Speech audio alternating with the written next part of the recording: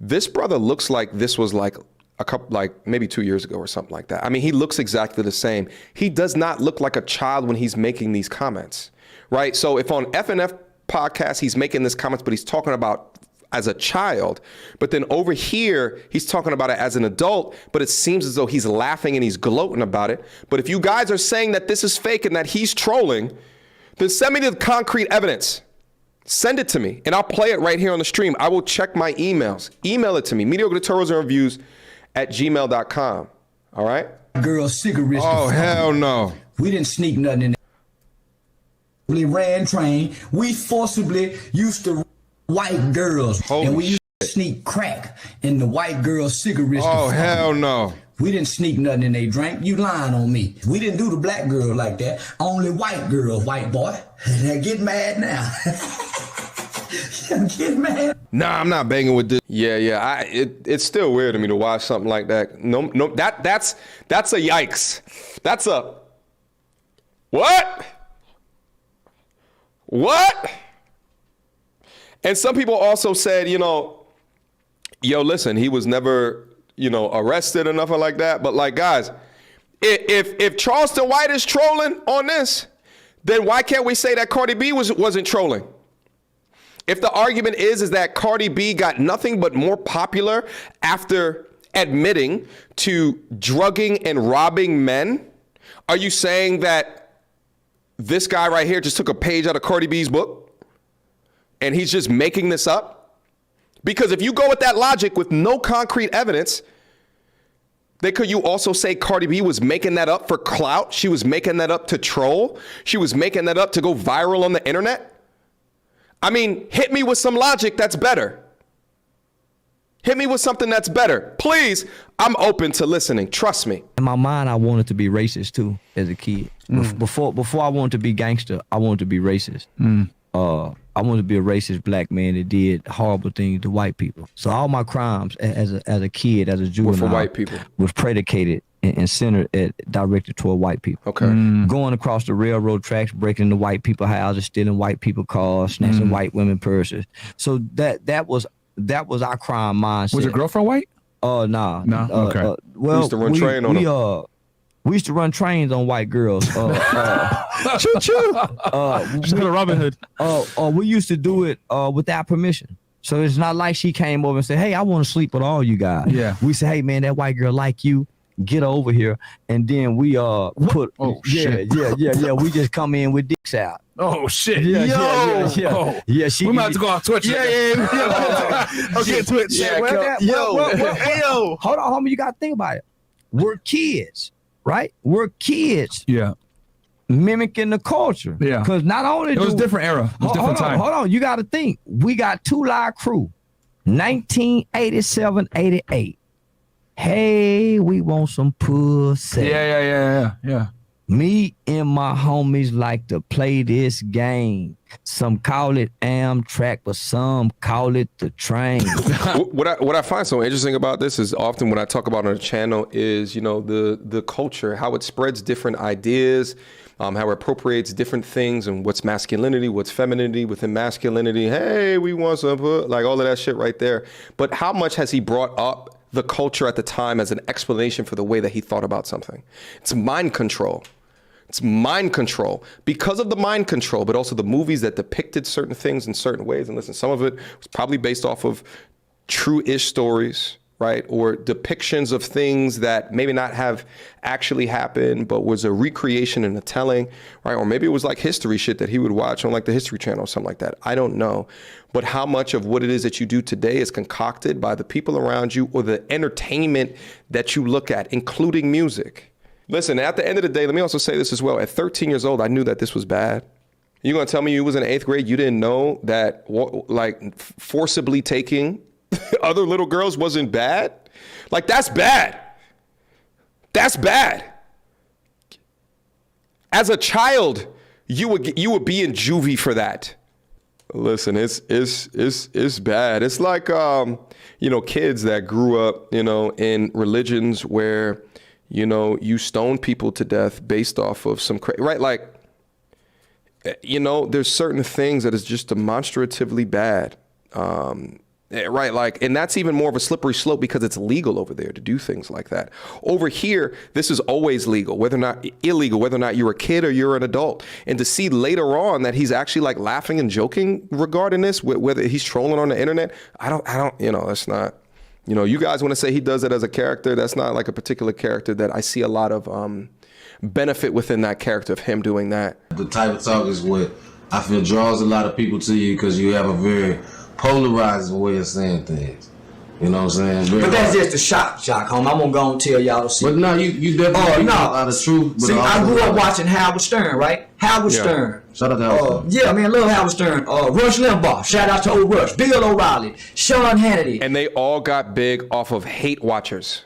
Who else? Andrew Dice Clay. Man, Red Fox. And even Richard Pryor, right?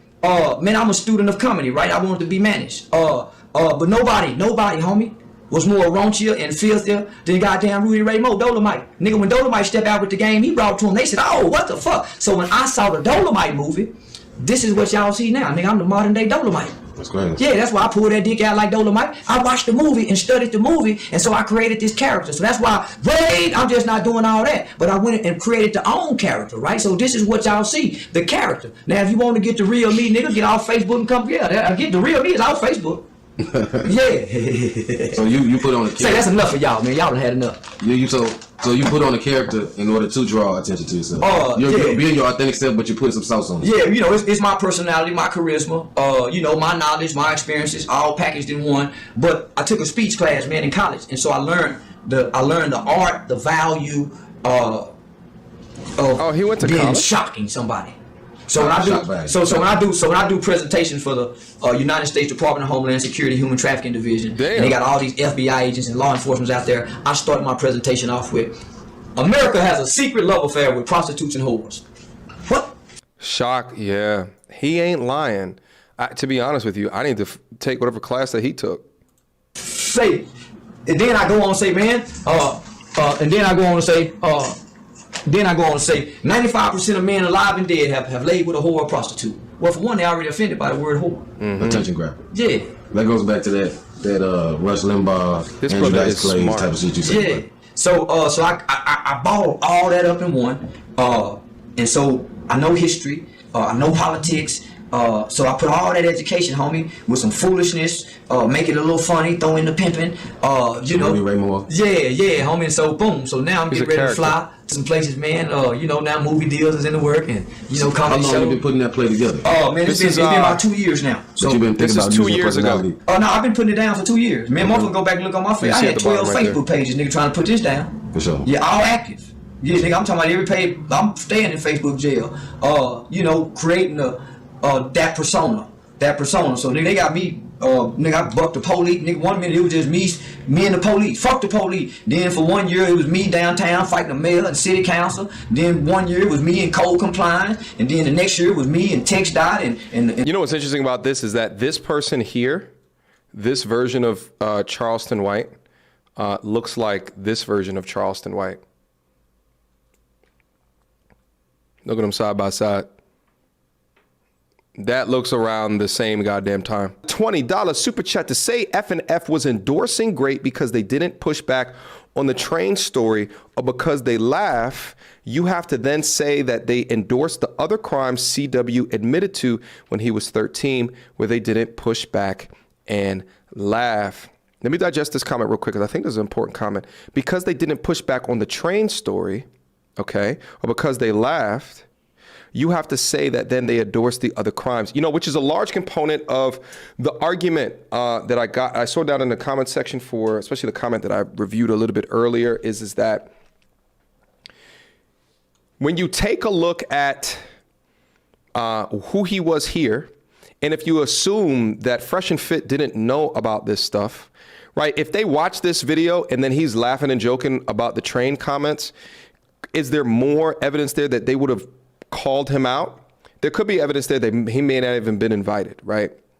But could there be more, right? So, but what the structure of the Auburn Preach video did is that it tied the idea of this is who he was, y'all invited him on, and look, he told a component of that story on y'all podcast, therefore y'all support Grapists. I don't think that is a logical conclusion. I don't think it's a logical conclusion. And it's not a conclusion that I said either. My conclusion was we got to call out the fuck shit the same way that we call out the feminists on they fuck shit. That was my logical conclusion. To be honest with you, I don't even know if that's Abba and Preach's conclusion that Fresh and Fit endorsed it. They're just saying that they had him on, which could be a degree of endorsement, but then you'd have to hear from a Fresh and Fit that would then say, we didn't know about these things. Not going to hear anything from Fresh and Fit. They're going to keep on going forward and developing value. And that's what I said. What I say in the video, I'm not lying to you when I make these goddamn videos. If you keep on providing more value to your audience than the detractors have on bullshit about you, then it doesn't matter. Charleston White over here talking about he creates a shock jock. He watched the Harrod Starrs. He watched the Andrew Dice Clays. He watched all these content creators blow up on radio or in comedy or what have you, and he used a little bit of Shaft within that, a little bit of the pimping within that to create a character that then draws in eyes. Think about all of the recent internet personalities that blew up. Andrew Tate, what I say, when Andrew Tate started blowing up, I'm like, this guy is hilarious. He's hilarious. But I could tell that in certain parts of the conversation, he was playing a character. You can tell that. You can tell by the way that he's answering stuff, that he's trying to have fun, that he's trying to be witty, he's trying to be sarcastic. It's the same thing, but he also was being shocking. And that shocking inevitably led to him getting off of the internet. You understand? With the $10 super chat, he talked about murder, real racism, burglary, and more. Yet people are isolating the grape and using it to criticize F&F. Either they didn't watch it or they're just BSing. Here's the one, I'm gonna play devil's advocate for this one, my brother, is that he seems sorry for all of the things that you just mentioned. When you conjoin his statements on the podcast with these right here, when you conjoin them, it doesn't look like he appears sorry. I think that's a component of the issue. These fucking streets. Forcibly ran train. We forcibly used to white girls. Holy and we used shit. to sneak crack in the white girls' cigarettes. Oh, hell no. We didn't sneak nothing in they drink. You lying on me. We didn't do the black girl like that. Only white girl, white boy. Now get mad now. Get mad. Now, if he said that about the murder that he was a part of, that he told his homeboy to shoot that innocent man, Abba and Preach probably would have made a video about that. Let's say it wasn't grape, and he laughed about that when it comes to murder, they would have made a video about that. Yes or no? Yes or no? It's still bad behavior, whether or not it's grape or whether or not it's laughing about murder, they still would have made a video about it. It's the fact that he has this video. Now, Charleston White has not said, hey, I was just trolling. I made that up. My bad. It was part of the internet personality. I understand it's been bad taste. Charleston White hasn't said nothing. He hasn't said nothing. So to answer your question, Markets, it's not about people that it's about that video that they put within there. If Charleston White said this on the podcast, but there wasn't that video of him dancing around talking about we put it just in white girl shit, there would have been no video. Abba and Preach would have made no video. Long story short, this is what my conclusion is right now regarding Charleston White. I want to see him come out and denounce or explain the comments that he made. Not on the Fresh and Fit, the comments that he made previously with respect to putting drugs in the white girls' cigarettes, which is a serious thing to admit. I don't care if you a shock jock or not. That shit is outrageous.